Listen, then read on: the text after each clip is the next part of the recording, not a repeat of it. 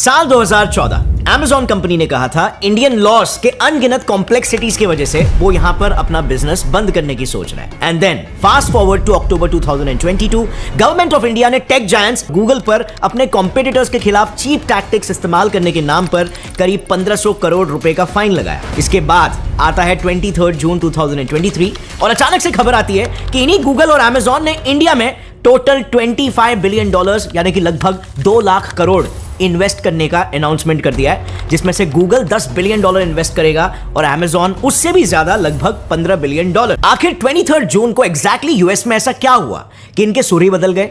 बस थोड़ी सी research and you'll find out कि इसी दिन यूएस में सभी मेजर यूएस टेक जायंट्स के सीईओज पीएम मोदी से मिले थे, इंक्लूडिंग गूगल और Amazon के सीईओज सुंदर पिचाई और Andrew R Jassy. So does this meet have any role to play in these huge investments in India, या फिर ये सिर्फ मीडिया द्वारा क्रिएटेड एक प्रो गवर्नमेंट हाइप है एक सेंटिमेंट डेवलप करने के लिए? जैसे मैंने पहले भी कहा, गूगल और Amazon दोनों पर इंडिया ने लास्ट ईयर ही एक अच्छा खासा फाइन लगाया था और पीएम मोदी से मीटिंग करने के बाद भी अभी 6 जुलाई को गूगल ने competition commission of India CCI के अगेंस्ट सुप्रीम कोर्ट में पिटीशन फाइल किया है, क्लेमिंग दैट इंडिया उसके पूरे बिजनेस मॉडल को ही चेंज करने की कोशिश कर रहा है। और ऊपर से according to 2 leading global market research firms Counterpoint और इंटरनेशनल डेटा कॉर्पोरेशन, इंडिया में स्मार्टफोन सेल एंड देयरफॉर हमारा इंटरनेट बेस दोनों ही पिछले कुछ सालों में थम सा गया है। साल 2021 की अगर हम बात करें तो वहां पे टोटल 168 मिलियन स्मार्टफोन्स बिके थे और 2022 में यही सेल करीब 17 मिलियन से गिर गई है, बिकॉज ऑफ व्हिच इंडिया में इंटरनेट यूजर्स की गिनती भी इसी टाइम स्पैन में ज्यादा से ज्यादा सिर्फ 1 मिलियन से ही बढ़ी है। यानी कि ऑल इन ऑल ये हजम करना थोड़ा सा मुश्किल है कि गूगल और Amazon बस मोदी जी के बात रखने के लिए अपना नुकसान करवाएंगे। ये दोनों भी कंपनी जरूर इंडिया में हो रहे या होने वाले किसी इंटरेस्टिंग डेवलपमेंट पर अपना ये दाव लगा रहे हैं। Which brings me to the next question कि आखिर ऐसा क्या होने वाला है इंडिया में जिसके लिए गूगल और Amazon ये शुरुआती लॉस झेलने के लिए भी तैयार है?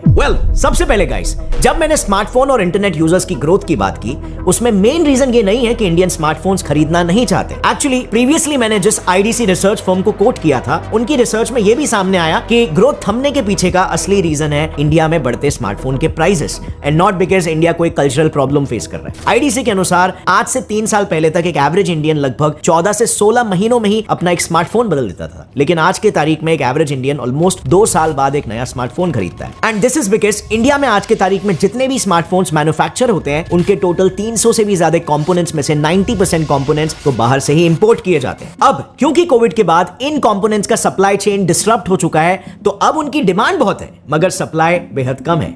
जो मैन्युफैक्चरर ज्यादा प्राइस पे करेगा उसे कंपोनेंट पहले शिप किया जाएगा और जो कम प्राइस पे करेगा उसे बाद में। And precisely because of this India में स्मार्टफोन्स एक्सपेंसिव होते जा रहे हैं और लोग नए स्मार्टफोन्स को अफोर्ड नहीं कर पा रहे और उसको खरीदना 6-6 महीनों तक टाल रहे हैं। यानी कि गवर्नमेंट ऑफ इंडिया ने कहीं से भी अगर सस्ते कंपोनेंट्स को अरेंज करवा दिया और स्मार्टफोन्स के प्राइसेस फिर से कंट्रोल में आ गए, तो इंडिया की इंटरनेट इकोनॉमी फिर से एक रफ्तार पकड़ लेगी और इसी पर गूगल और Amazon जैसे MNCs दाव लगाकर बैठे। In fact Apple, Walmart, Foxconn, micron semiconductor chip manufacturing companies भी इंडिया में काफी इंटरेस्ट दिखा रही है। इनकी मीटिंग भी हमारे प्राइम मिनिस्टर के साथ काफी सक्सेसफुल रही, क्योंकि अल्टीमेटली ये इंडिया के लिए भी काफी ज्यादा एम्प्लॉयमेंट जनरेट करेगा। लेकिन friends, you know what, India में फिर भी एक मेजर प्रॉब्लम है। इस ग्राफ के मुताबिक इंडिया में सिर्फ 1% लोगों को ही अपने जॉब्स में हाई पैकेजेस ऑफर किए जाते हैं। और इसका रीजन क्या है आपको पता है? Lack of high value skills like management skills and leadership skills. देखो, कोई भी प्रोफेशन में टॉप पोजीशंस पर लीडर्स ही होते हैं जिनका मेन रोल होता है एनालाइजिंग डेटा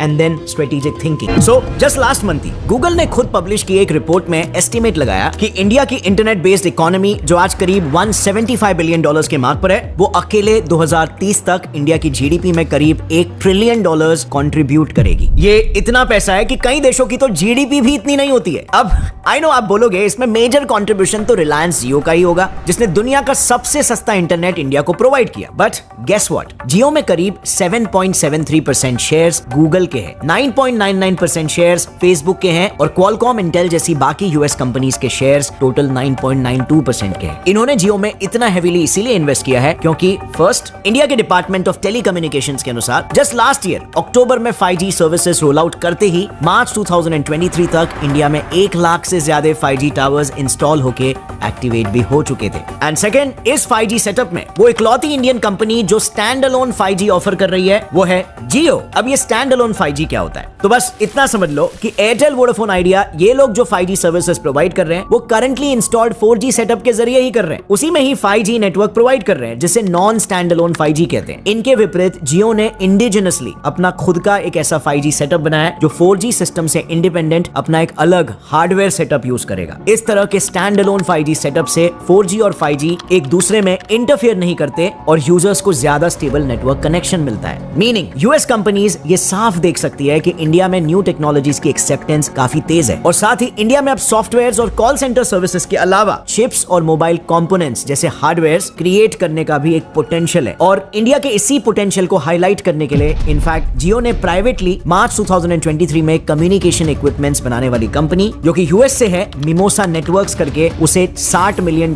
में खरीद लिया है। और फिर उसके बाद पीएम मोदी के यूएस विजिट से जस्ट पहले उसने इंडियन गवर्नमेंट को अपने 5G टेक्नोलॉजी के डिटेल्स भी भेजे ताकि गवर्नमेंट अपने लेवल पर भी यूएस के साथ 5G टेक एक्सपर्ट्स की डील स्ट्राइक करके लौटे। सो नाउ ऐसे में what do you think India ने क्या किया होगा? वेल, इंटरेस्टिंगली इंडियन गवर्नमेंट ने यूएस के साथ मिलकर 2 जॉइंट टास्क फोर्सेस ही लॉन्च कर दी हैं। इंडिया की तरफ से भारत 6G अलायंस और यूएस की तरफ से यूएस नेक्स्ट G अलायंस। इन दोनों का काम होगा कि ये दोनों कंट्रीज को 5G और 6G टेक्नोलॉजीज के रिसर्च एंड डेवलपमेंट में साथ लाए and once the tech has been created उसका roll out public private partnership के तहत काफी स्मूथली हो। व्हाट्स मोर, इसी डील के तहत यूएस की एक major chip manufacturing company Micron Technology Incorporation जो एप्पल को भी सेमीकंडक्टर चिप सप्लाई करती है, वो अब गुजरात में अपनी पहली चिप मैन्युफैक्चरिंग फैसिलिटी सेटअप करने वाली है। और इसे खड़ा करने के लिए इनिशियली करीब 70% फंडिंग इंडिया की सेंट्रल गवर्नमेंट और गुजरात स्टेट गवर्नमेंट देने वाली है। यानी प्रीवियसली जिस वजह से आईडीसी ने कहा था कि स्मार्टफोन्स के प्राइसेस बढ़ रहे हैं, डायरेक्टली उसे ही सॉल्व करने की कोशिश की जा रही है। यहाँ पर इस अकेले एक मूव से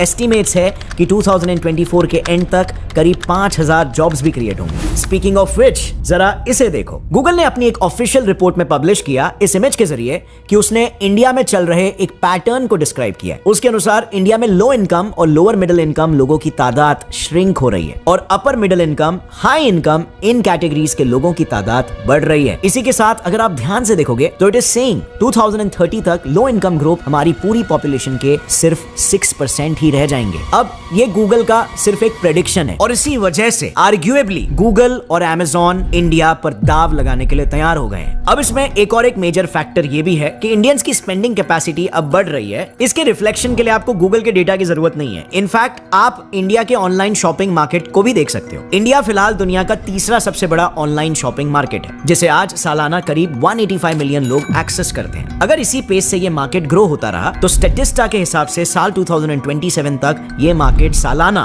425 मिलियन लोगों को केटर करने लगेगा। यानी कि अगेन और ज्यादा जॉब अपॉर्चुनिटीज और ज्यादा पैसा और ज्यादा rise in spending capacity and all in all और ज्यादा सेल फॉर Amazon नाउ। इससे गूगल की लिस्टिंग्स को भी एक ह्यूज कमर्शियल एडवांटेज मिलेगा। अब इन्हीं रीजंस के अलावा एक और एक इंटरेस्टिंग और सबसे ज्यादा इमीडिएट रीजन ये भी है कि ये गूगल, Amazon जैसी यूएस टेक जायंट्स इंडिया में इतना इन्वेस्ट कर रहे हैं, वो है मजबूरी।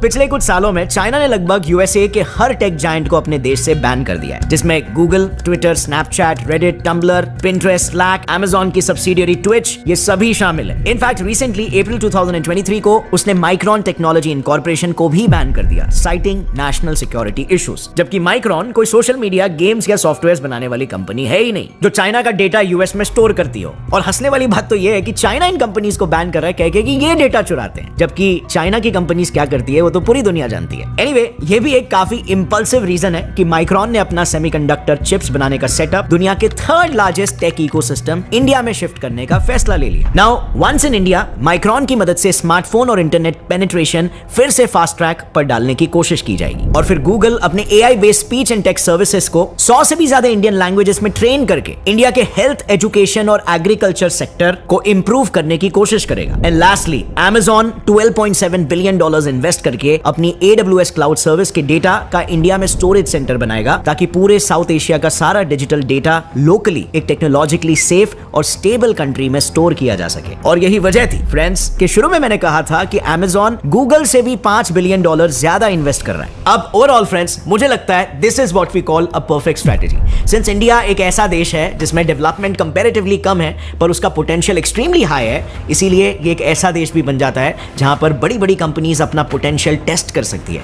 मार्केट को एक्वायर कर सकती है, प्रॉफिट्स कमा सकती है। और यही वजह है गूगल के सीईओ ने एक बार कहा था, जब हम कोई चीज इंडिया के लिए बनाते हैं तो एक्चुअली में वो चीज हम पूरे दुनिया के लिए बना रहे होते हैं। So we definitely have a lot potential. In fact recently India की जीडीपी ने 3.75 ट्रिलियन का मार्क टच कर लिया है और इसके पीछे इंडियन गवर्नमेंट ने अपने कुछ रीजन